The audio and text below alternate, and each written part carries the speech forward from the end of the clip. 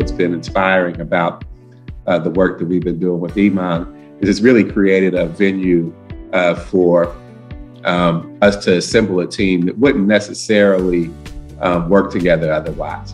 Get a chance to strategize a little bit more deeply is one of the things that has happened a lot in this work, and one of the things that I appreciate about Iman. It was a breath of fresh air, and it was refreshing, and it's really actually very inspiring. This has been a long journey, and we're not done yet, and working with this wonderful team, it's just been even more of an eye-opener of the work that people are doing. Where we've dedicated ourselves to the North Star of racial and economic equity in the Bay Area, using all the tools at the call of the San Francisco Foundation and trying to make a significant difference on a population level. To me, Hope SF is where kind of the rubber meets the road and applying all of that. This is a public-private partnership, and it also includes community leaders. And so there has to be just a certain level of trust on all fronts for us to be able to advance the work. And I've experienced that trust firsthand. Look at the literally billions of dollars that have been spent on public housing revitalization in this country. More often than not, you will find two things.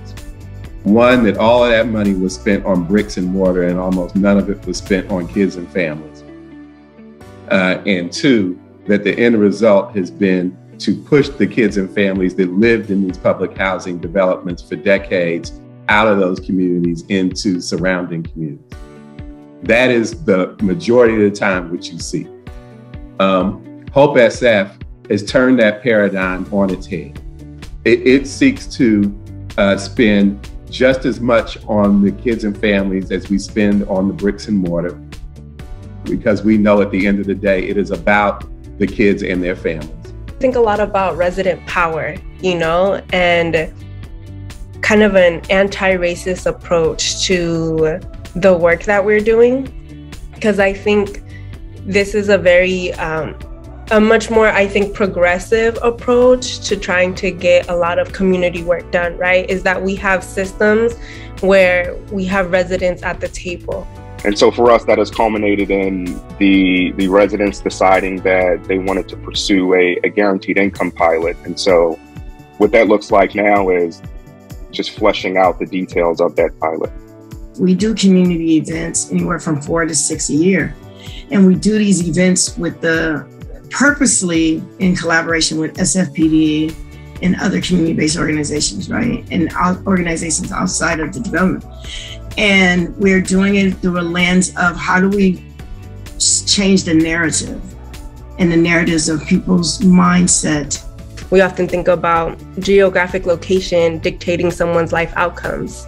And I would like to see a city where that isn't the case, right? Where someone who lives on one side of the city has access to the same abundance and wealth and opportunities that other folks do, and not just access to opportunities, but that all traps that make people fall into poverty, policies, systems that make people fall into poverty also become undone from that.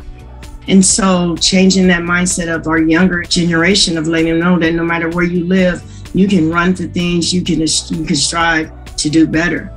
And it's just been that added on caveat of being able to get ideas from other individuals of how do we work with community and inspire community to continue to use their voice, and that their voice actually matters. And that the more we say, the more we band together and use our voice, the more things that we can get accomplished.